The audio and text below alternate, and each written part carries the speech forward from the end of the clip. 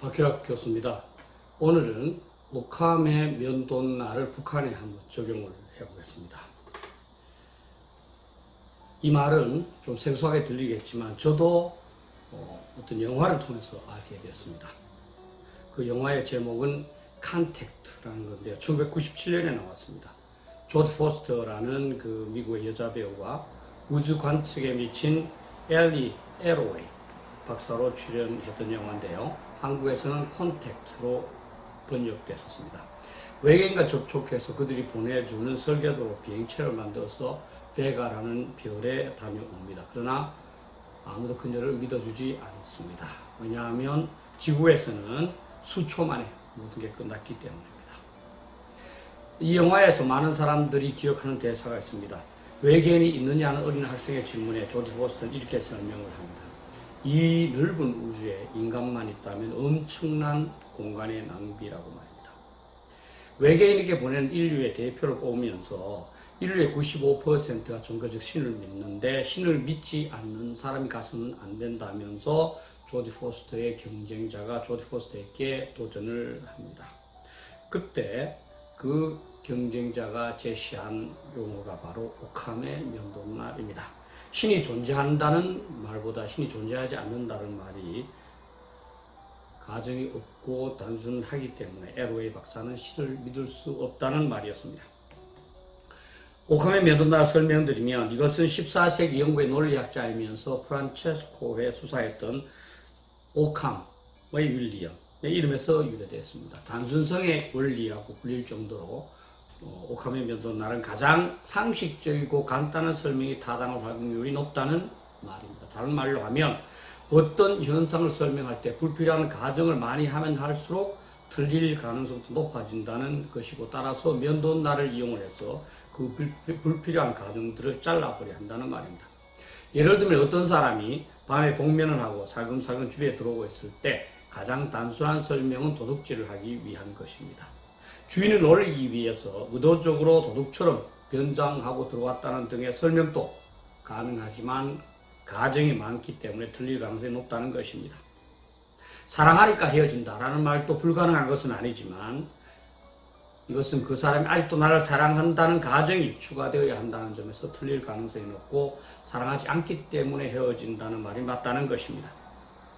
오캄이 강조하는 것은 모든 것이 불확실할 경우 가능하면 가정을 줄여야 하고 가정을 줄이는 것이 정답을 높인다, 정답의 확률을 높인다는 겁니다. 북한에 한번 적용을 해보겠습니다.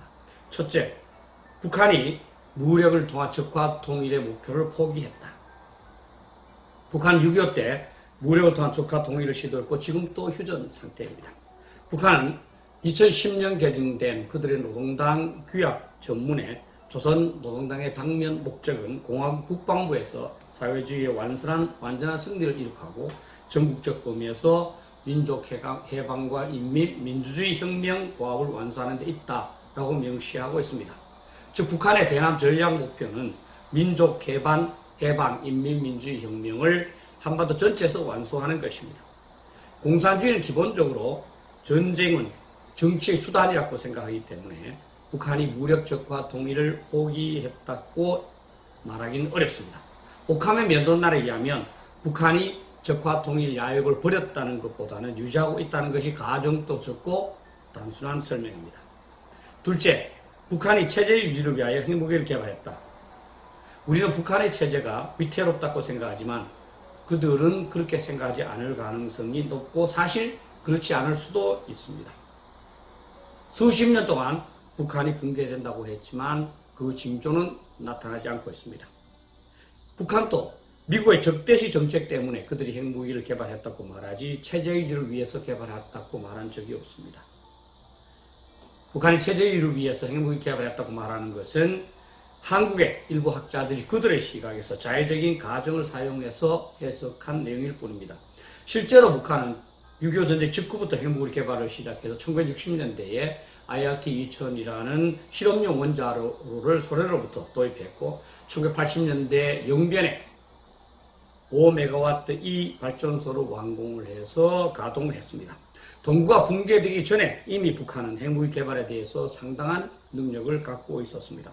한국에서는 1994년 김일성이 사망하고 95년에 대규모 홍수가 남에 따라서 북한이 붕괴될 수도 있다는 논란이 있었고 그 이후에 핵무기 개발이 가시화되기 때문에 이 둘이 결합돼서 북한이 체제주의를 위해서 핵무기 개발을 했다고 해석하는 것 같습니다만 그것은 오릴 가능성이 높습니다.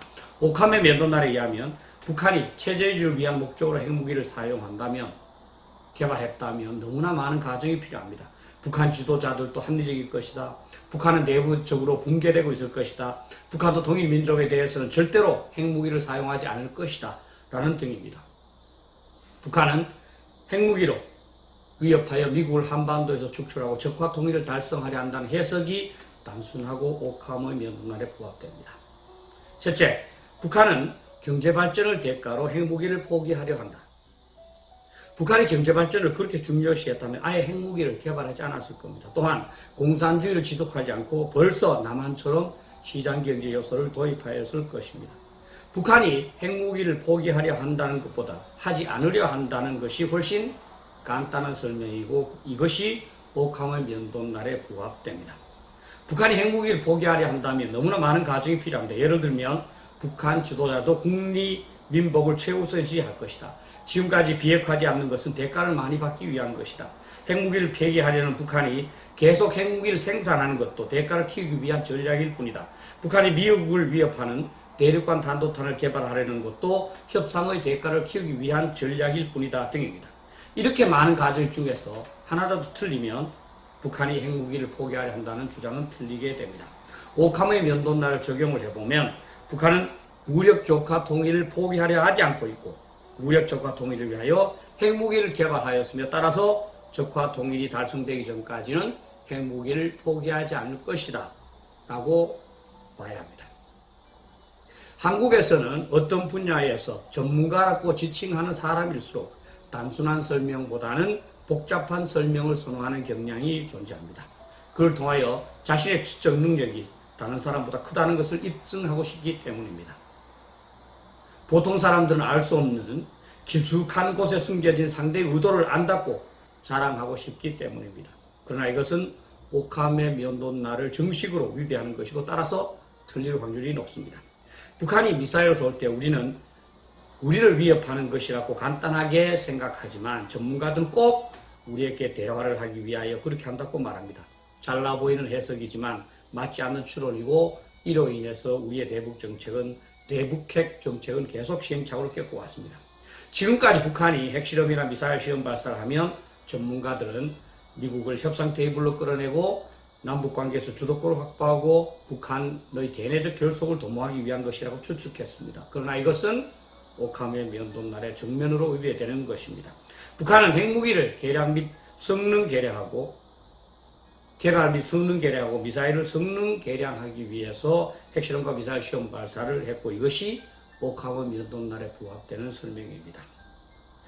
음모론이나 기상천외한 의도를 추정하는 사람은 믿지 않아야 합니다. 가장 상식적인 것이 타당합니다.